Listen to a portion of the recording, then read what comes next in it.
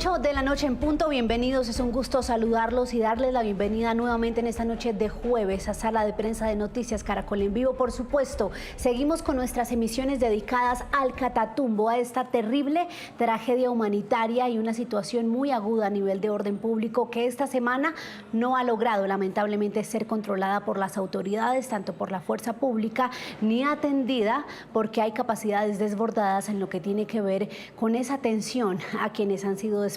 Ya son 41.000 desplazados.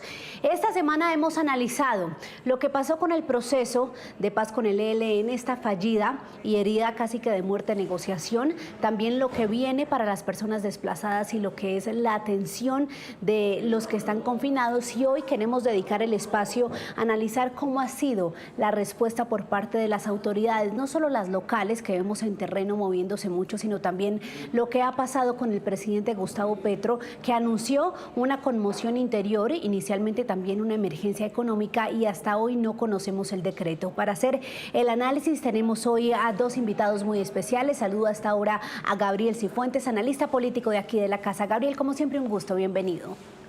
María Camila, muy buenas noches, gracias por la invitación. Un saludo para Pedro y para toda la amable audiencia de Sala de Prensa.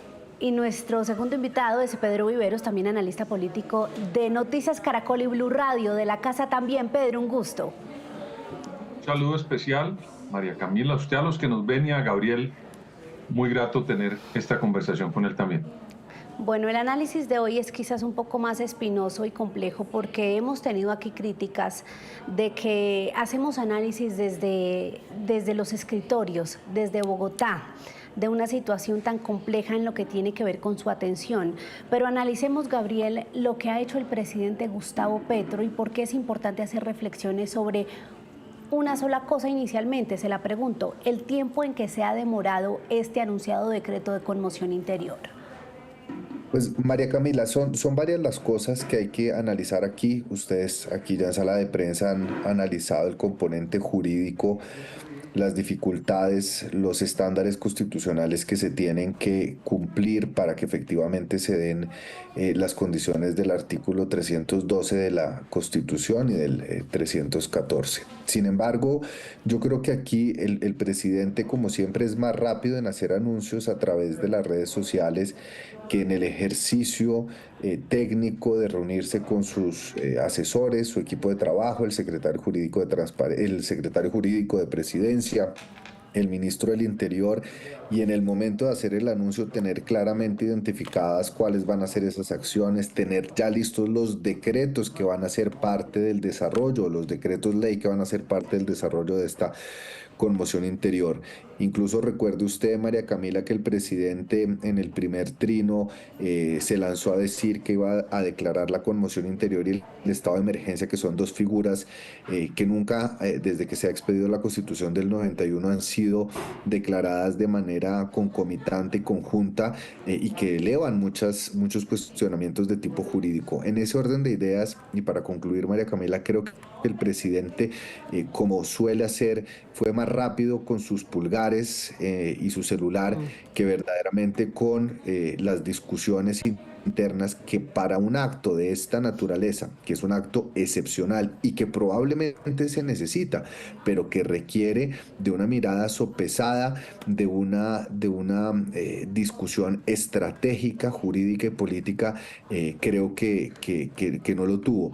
Creo que en la Secretaría Jurídica de Presidencia se enteraron por el trino y no por las discusiones que se han debido dar en los espacios de gabinete o en los espacios de discusión. Sí. Gabriel, política correspondiente de esta intención que tenía el presidente. Estamos teniendo un pequeño problema de señal, ya la vamos a revisar. Pedro, lo escucha usted, su mirada inicial sobre estos ya son casi que 5 días de anuncio de la conmoción interior sin decreto. Mire, María Camila, usted dijo algo muy importante, y es que desde aquí de Bogotá, pues es muy fácil mirar ese proceso porque uno no lo está viviendo allá. Y le voy a enmarcar lo que debe estar percibiendo una persona que está en esa zona, que es lo que nos interesa a todos los colombianos, que resuelvan el problema allá. Mire usted, son unas acciones por parte del gobierno en esta crisis totalmente desordenadas. No hay una estrategia coherente para la crisis. Si iban a hacer primero una emergencia económica y una emergencia y una conmoción interior, alguien tenía que haberle dicho o el presidente tenía que haber consultado para que alguien le dijera, como bien dice Gabriel, que eso no se podía hacer. Y ahí ya comienzan los mensajes allá, en la zona, donde le están llegando son incertidumbres por parte del gobierno. María Camila, cuando uno tiene una crisis de estas dimensiones, lo más importante no es ni siquiera prometerle a la gente cosas, sino que la gente sepa a dónde puede acudir para que le ayuden. Y en este caso, si usted se da cuenta, los únicos que han funcionado son, como siempre, las fuerzas militares, que siempre están y están preparadas para hacer eso, y las alcaldías. Pero quien está pidiendo la emergencia es el gobierno. Entonces a mí sí me parece que aquí ha hecho falta una estrategia organizada para que las personas que están allá en el terreno y que son los que lo están sufriendo, primero desde el punto de vista humanitario y segundo, la recuperación de la acción militar que tiene que haber en esa zona. Y en ninguna de las dos, María Camila, yo he visto una acción organizada por parte del gobierno. Sí, tenemos ya las 8 de la noche, 6 minutos, estamos hablando de la situación en el Catatumbo. Gabriel, hoy escuchábamos a Monseñor Israel Bravo, el obispo de Tibú, en nuestra emisión de ahorita de las 7 de la noche, responder a la pregunta de Juan Andrés Beltrán de en manos de quién está el Catatumbo. Y decía Monseñor Bravo que, bueno, muchos dicen que en manos del Estado, que aquí hay ejército, que aquí hay alcaldes, que aquí hay un presidente, pero a mí me ha tocado pedirle permisos a los grupos armados para recorrer la población, para hacer cierto tipo de actividades. ¿En manos de quién está el Catatumbo en estos procesos tan difíciles y ahora más cuando se rompió prácticamente sin solución alguna esa mesa con el ELN? Gabriel.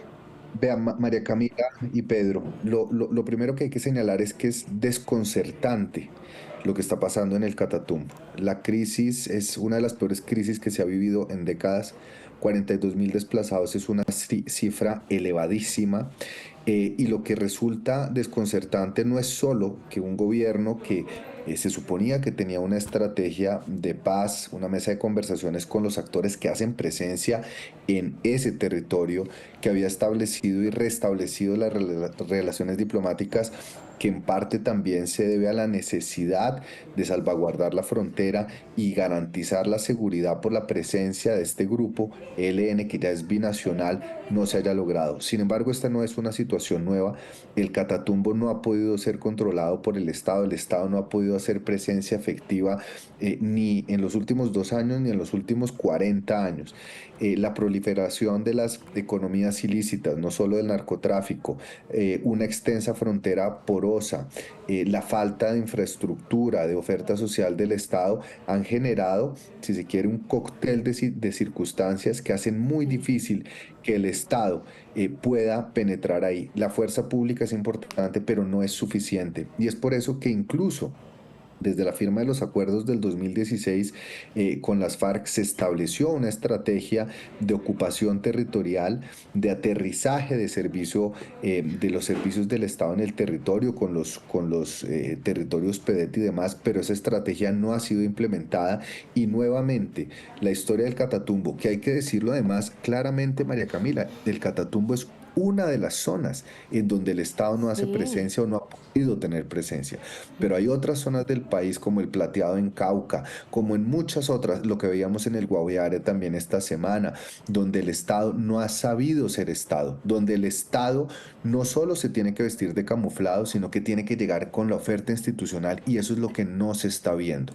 Entonces, reitero, lo desconcertante es que un gobierno que prometió tener una llegada integral en el territorio, que prometió cumplir con los acuerdos del 2016 que buscaban corregir justamente esa ausencia histórica del Estado, después de 2 años no lo haya hecho y que hoy lamentablemente tengamos que ver estas circunstancias. Si bien lo que está pasando no es directamente culpa y responsabilidad exclusiva de este gobierno, creo que después de 2 años y de entender muy bien cómo funciona el conflicto armado, ha habido fallas en la implementación de las políticas, ha habido fallas en la política de seguridad, responsabilidad y sin lugar a dudas una dosis de responsabilidad también le cabe al gobierno del presidente Gustavo Petro. Claro, es que aquí es muy fácil mirar hacia atrás y decir, Pedro, que es que el Catatumbo lleva en esta situación de abandono estatal y de falta de capacidad institucional muchos años, pero ¿qué responsabilidad le cabe a cada gobierno y puntualmente a este? ¿Por qué? Porque es que este Pedro fue el que implementó la política de la paz total, puntualmente con esos grupos que hoy son los que tienen desbordada la región azotada con la violencia. Mire, María Camila, el señor presidente de la República y la gente que lo acompañó no solamente comenzaron a hablar de tener la solución en este gobierno. Yo le recuerdo que cuando el candidato Petro perdió con Iván Duque, sostenía que Iván Duque no había sido capaz de manejar esto porque él tenía la solución que los colombianos no escogieron en aquel momento. Y siempre nos dijo a los colombianos que él tenía la solución para resolver el problema. Además, en unos videos dice que si no lo cumple, está dispuesto a que le pidan la renuncia.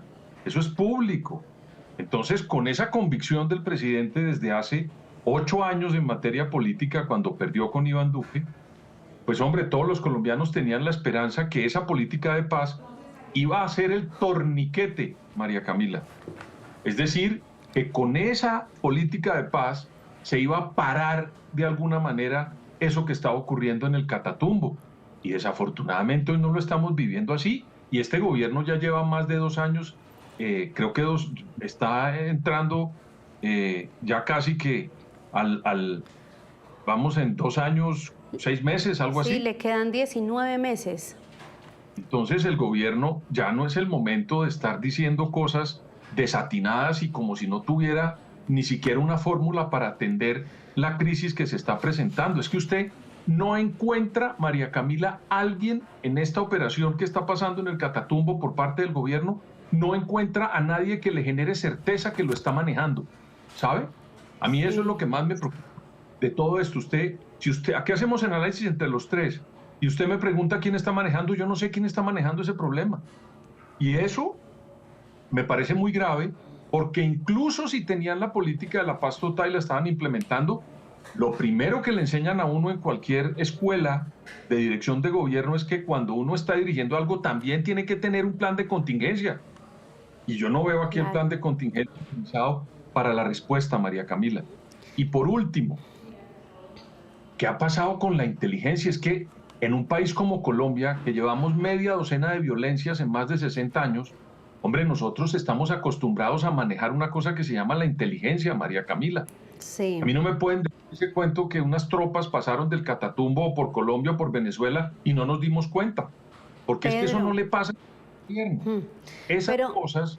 Yo lo quiero interrumpir para contrapreguntarle porque veo que usted de hecho coincide con el presidente en ese reclamo que hizo por este tema de inteligencia a su ministro de Defensa, pero los comandantes se han defendido en terreno diciendo que es que nos tenían maniatados por cuenta de un cese al fuego, cuando incluso las labores de inteligencia podrían verse mal en terreno. Entonces ahí, sí, o sea, se lo estoy preguntando, o sea, ¿cómo se entiende esa encrucijada en la que quedan los militares? Pero mire, María Camila, queda un señor que es el comandante en jefe de las fuerzas militares de Colombia, que es el señor presidente, el presidente de la República. Ah, el comandante en jefe, tiene toda la razón. De las fuerzas militares de este país, que delega unas funciones en unas diferentes armas, es otra cosa, comandante. Él determinó una política y en este caso él debería tener, yo le repito, un grupo que estuviera haciendo un seguimiento, porque le repito, cuando usted plantea una política de gobierno tiene que tener unas contingencias. No me pueden decir a mí que el presidente se metió a hacer la paz total y no tenía un agente de las fuerzas militares por orden de él haciendo seguimientos en materia de inteligencia para ver qué estaba pasando al otro lado de la frontera o en otros departamentos con un enemigo como ha sido el ELN. Eso es responsabilidad del comandante en jefe de las fuerzas militares de Colombia, mostrarnos una reacción, decirnos a los colombianos cómo esas tropas pasaron, pero eso no puede hacerlo ex post. Eso es un planteamiento que nosotros los colombianos teníamos que pedirle al presidente que lo tuviera, porque esa paz total en algún momento podía fracasar y entonces ahí se iban a poner a pensar, a escribir unos decretos de conmoción. Esas son las cosas, María Camila y Gabriel, que a mí como colombiano, desde Bogotá, y tiene toda la razón María Camila, yo no estoy sintiendo lo que pasa en el Catatumbo, pues son unas preguntas que yo me hago. Gabriel, lo veo que usted pero además quiere... María Camila, Sí, sí, señor. porque primero el cese al fuego dejó de existir hace ya meses. Mm. La mesa está congelada. Entonces, es decir, además que incluso si estuviera vigente el cese al fuego, hay unas condiciones para que ese cese al fuego se mantuviera. El cese al fuego no implica que el ELN pueda trasladar tropas para cometer esta clase de delitos y esto no quiere decir que pueda haber un reacomodamiento de fuerzas a la voluntad campante del ELN. O sea, incluso si estuviera vigente un cese al fuego, esa no es excusa, no es óbice para que las fuerzas militares hubieran operado. Entonces, aquí lo que hay que preguntarse, y yo coincido con Pedro, es qué pasa con los planes de seguridad, qué pasa con las órdenes que se le están dando al ejército y a las fuerzas militares y de qué manera esa falta de una estrategia clara de seguridad. Nadie ha entendido después de 2 años y medio qué significa el concepto de seguridad humana. Nadie. Mm. Aquí nosotros lo único que hemos visto es que han desmantelado los grupos de tarea conjunta que habían sido muy efectivos para el combate de las guerras, de la guerra insurgente que se vivía en Colombia y que verdaderamente es verdaderamente decepcionante ver que no hay una política de seguridad clara que pueda resultar contingente frente a esta clase de situaciones. Y lo que me llama más la atención es que en una situación de estas, ayer vimos al ministro de la Defensa en Haití y no en el Catatumbo en un puesto de mando unificado.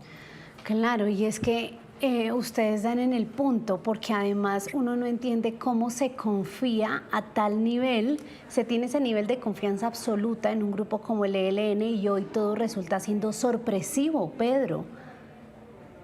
Mire, yo me leí un libro de una amiga muy querida que se llama Marta Elvira Soto, que le escribió al doctor Velázquez, perdón, al señor ministro de Defensa. Yo me lo leí porque cuando lo nombraron ministro de Defensa, yo dije, yo tengo que aprender qué fue lo que este señor, o qué es lo que sabe este señor de defensa. ¿Qué Y sabe? era Ah, bueno, de defensa no sé, pero él tiene una carrera brillante como jurista, sí. un gran abogado, un penalista y un gran Penalista. investigador. Un señor, en eso es de verdad, una persona de las más importantes en este país y tengo que decirlo abiertamente. Pero yo en ese libro que le escribió Marta Elvira Soto no encontré un ápice, mejor dicho, ni 3 palabras en materia de defensa. Entonces los colombianos a quién responsabilizan del nombramiento de una persona que es de verdad, el Messi en materia criminal y en materia penal y en materia jurídica del petrismo, del pacto histórico, pero que no tenía ni idea de manejos de seguridad, ni de inteligencia, ni de defensa. En eso uno tiene que tener quién es el responsable político de eso, el señor presidente de la República y su gobierno. Esto no es porque uno sea aquí o porque quiera cebarse en esto que está pasando en el Catatumbo con el gobierno. Es que son realidades. Usted lo decía hace un momento, faltan 18 meses y los colombianos tienen que comenzar a evaluar qué fue lo que hicimos en materia de seguridad. Entonces, cuando Gabriel dice de una manera muy inteligente lo que dice, bueno, aquí esto estaba pasando y ¿quién estaba detrás de esto? Pues los colombianos tienen que comenzar a preguntarse, oiga, ¿y la defensa, la inteligencia, la seguridad de un proceso de paz en manos de quién estaba? Y mire usted el resultado. Mire, María Camila, llevamos 5 días y no han salido los decretos de conmoción. Sí. Yo le digo una cosa, a mí eso me tiene sorprendido. Gabriel sabe más de derecho, de verdad, pues yo no soy abogado, pero a mí me parece cuenta una cosa de conmoción interior, algo tiene que tener. Es decir, uno no puede, y créame, y me pongo así porque siento mucho lo que está pasando en esa región con esa gente que yo veo las imágenes. Ay, A veces parece que son unas imágenes terribles. muy duras. A la gente y de los militares y de lo que pasó allá, perdón, y de los que cayeron en ese combate de allá, no los que cayeron, las imágenes que pasan de los grupos allá y de esa masacre que está allá, que se está cometiendo allá, pues uno como colombiano solamente tiene la sensación de pedir, hola, busquemos aquí quiénes fueron los que hicieron esto, ¿verdad? Claro. Esa es mi condición, porque yo, por tercera vez lo digo y coincido, María Camila, desde Bogotá nosotros no sentimos los que están sintiendo en esa zona del país, María Camila. Sí, yo lo resalto porque nos lo dijo un líder del Catatumbo aquí que insiste mucho en la vía dialogada Y sí, creo que el comentario y la claridad es justa, porque uno no sabe hasta que están los zapatos de las otras personas. Gabriel, ayúdenos a entender lo que Pedro estaba mencionando, en lo cual lo califica un experto. El decreto de conmoción interior, hoy me preguntaba un compañero que si es normal que se demore tanto si el punto es atender una emergencia. No, pero es decir, puede demorarse, pero no puede demorarse tanto después Porque de que también se es complejo, anunció, ¿no? Es un decreto después de que complejo se de anunció. armar. Sí, o sea, es decir, uno no anuncia algo si no lo tiene ya listo, ¿sí? Ya le No, entiendo no el anuncia punto. que lo va a tener listo. Mi intuición aquí es lo siguiente, el presidente sigue con la idea, y lo dijo en un trino hoy, que no es solo una cuestión militar, sino también una cuestión de inversión social. Entonces yo creo que el presidente tiene todavía la idea, a través del decreto de conmoción interior, de meter medidas que puedan ser típicamente medidas que se adopten a través de un estado de emergencia económica. Y eso le implica una dosis de dificultad enorme a los equipos jurídicos de Palacio, porque una cosa son los requisitos que establece el artículo 312 de la Constitución para la conmoción interior y otros muy diferentes los que se exigen para el estado de emergencia económica. El estado de conmoción interior, para pedagogía de la audiencia, son medidas extraordinarias para evitar un agravamiento del orden público, toda vez que a través de las medidas de policía, y se entiende medidas de policía, las medidas administrativas en general, no puedan ser atendidas. Entonces la primera pregunta es, con las capacidades que tiene la fuerza pública, con las capacidades que tiene el presidente Gustavo Petro en este momento, no puede atender esa situación. ¿Qué tipo de acciones tienen que ser emprendidas a través de la conmoción interior que se asumen y que tienen fuerza Pero de ley entonces, durante, Gabriel, ¿usted considera que el decreto es necesario en ese sentido? dependiendo de lo que se quiera hacer con la conmoción interior? Faculta al presidente, por ejemplo, para tener tributos inmediatos, suspender una serie de normas, mover a las personas o reubicarlas temporalmente. Es decir, depende de cuál sea la estrategia a través de los decretos ley que se adopten en el marco de la conmoción interior y que sean conducentes para evitar el deterioro del orden público. Pero si el presidente pretende a través de la conmoción interior meter, por ejemplo, medidas que serían típicamente de un estado de emergencia, como las que pretendió en La Guajira, como las que parecería pretender en el Catatumbo, que son de naturaleza económica, social, de subsidios, para resolver las fallas estructurales que están ahí presentes, pues se van a encontrar con una contradicción jurídica y probablemente la Corte Constitucional, cuando haga la revisión, que la va a tener que hacer de manera automática, va a encontrar que las medidas que pretende adoptar el gobierno no se ajustan a los requisitos y condicionamientos que la misma Constitución establece para declarar el estado de conmoción interior. Entonces yo creo que parte de la demora es, como lo estaba diciendo antes, que el presidente fue muy rápido con sus pulgares y la declaró antes de haber hablado con su equipo jurídico. Y segundo, que seguramente lo que está pidiendo el presidente trasciende lo que el artículo 312 de la Constitución establece como requisitos y límites también para la declaratoria del estado de conmoción interior. Listo, ¿Ve por qué Pedro. ve por qué le dije que era el que sabía? ¿Ve? Sin duda alguna.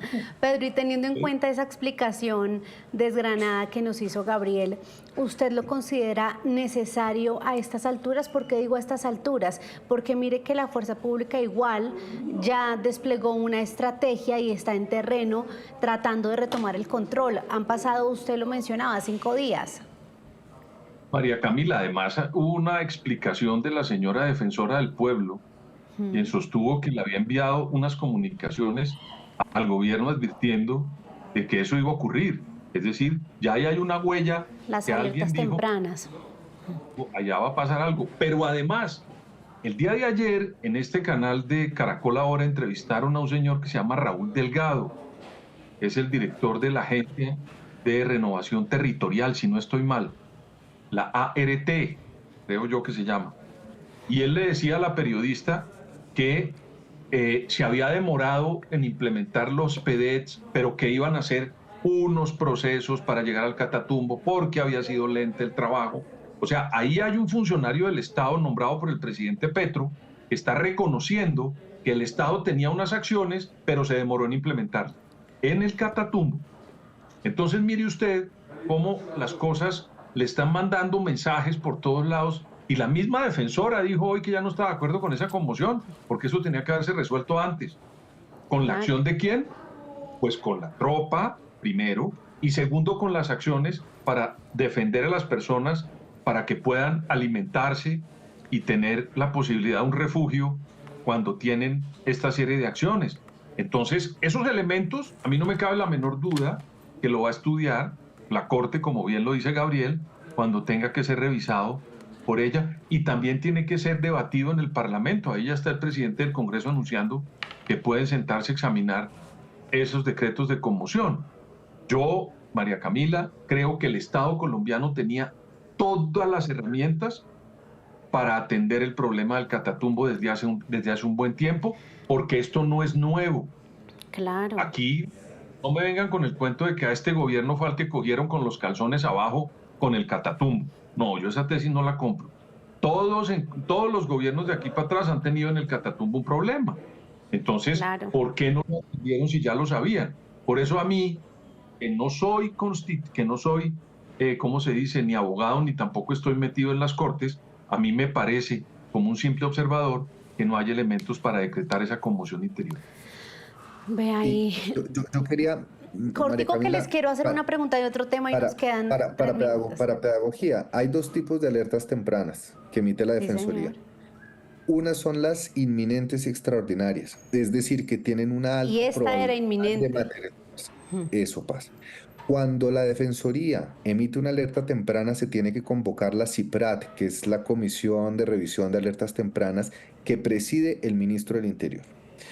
Este gobierno, al igual que gobiernos pasados, no han tenido en cuenta estas instancias de análisis y han mandado a funcionarios de tercer nivel sin capacidad de decisión para tomar las medidas y adoptar las recomendaciones que se incluyen dentro de esas alertas tempranas. Así que ojalá que esto también invite a este gobierno y a futuros gobiernos a que se utilicen las instancias que prevé la Claro. ley para evitar justamente lo que la Defensoría ha advertido hace 2 meses. ¿Sabe usted, y con este dato concluyo, la masacre de Bojayá fue también advertida por una Sí, señor. alerta temprana desatendida? Es decir, esto lleva años, pero este gobierno tampoco ha atendido las alertas tempranas. Y la muestra de eso son los testimonios, Gabriel, de la gente desplazada que dice que le ha pasado hasta 3 veces, que esta situación la han vivido hasta 3 veces. Bueno, quiero terminar con un trino del presidente que vamos a ver en pantalla, porque es que este tema de la conversación con Maduro y de lo que ellos llaman un plan conjunto de erradicación de bandas armadas en la frontera. Pedro, ¿cómo le parece eso cuando Vladimir Padrino y Nicolás Maduro están directamente señalados de ser auspiciadores y protectores de terroristas como el ELN? Pues mire, María Camila, ese trino del presidente creo que es la confirmación que ahí lo que hay es un acuerdo entre fuerzas del ELN y fuerzas del régimen de Nicolás Maduro. Pero ojo, porque ahí también está entrando Colombia ahora, el gobierno colombiano. Lo que yo le digo es que, digamos, lo del presidente, entre otras cosas, a mí me parece un error que diga él que está hablando con Maduro, cuando Maduro es un señor que no han reconocido aquí en Colombia como presidente, hasta donde yo le entendí al gobierno. Entonces me parece a mí un error, pero como en este gobierno esas cosas pasan y nadie le pone atención, me parece un error que el presidente diga ahí que está hablando con un señor que atiende la casa de Miraflores, casi que legitimándolo con esas acciones, en mi opinión. Segundo, está diciendo de una manera, me parece a mí abierta, que allá lo que está operando es una gente con fuerzas binacionales en contra de los estados. Eso a mí me parece un error gigantesco. Con algo añadido, con lo que otra cosa que me sorprendió, que el señor Maduro dice, allá les voy a mandar a Diosdado Cabello para que resuelva y ayude a resolver los problemas. No, lo vimos recibiendo a los desplazados, a los niños en brazos, dándoles asistencia humanitaria. Eso no tiene ninguna presentación, ninguna presentación. El régimen de Maduro es un régimen, todos lo sabemos los demócratas, que es un régimen totalmente ilegítimo, y mucho menos que nos digan ahora que el von Bismarck para resolver la crisis es el señor Diosdado Cabello. No, a mí me da mucha pena, pero yo en eso no estoy de acuerdo y creo que el presidente comete un error por medio de ese título tratar casi que aceptar que ya el presidente de Venezuela es Maduro.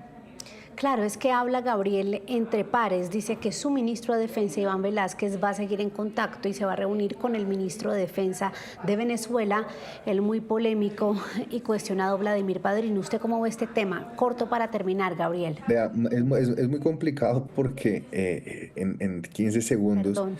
el ELN ya es un grupo armado binacional donde aquí ejercen como guerrilla y allá como paramilitares.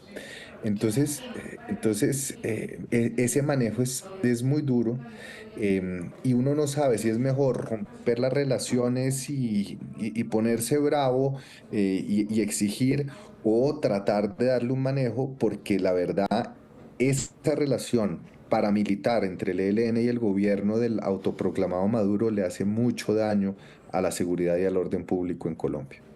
Esa frontera puntualmente, y el presidente Gustavo Petro ha señalado al presidente Donald Trump como el que divide y dice en ese mensaje que él no va a ser así, que él no le va a fallar ni a Haití, asegurando que ahora vamos a entrenar a los militares de Haití, y tampoco le va a fallar a Venezuela. Miren ustedes, pues Pedro, Gabriel, gracias por su tiempo esta noche en Sala de Prensa, un gusto tenerlos como siempre. Un saludo y gracias. A ustedes dos, gracias, y también a ustedes, los usuarios de Noticias Caracol en Vivo, que estuvieron acompañándonos con su sintonía y sus comentarios. A todos una feliz noche. Ya llega Signo Pesos. Listo, muchachos.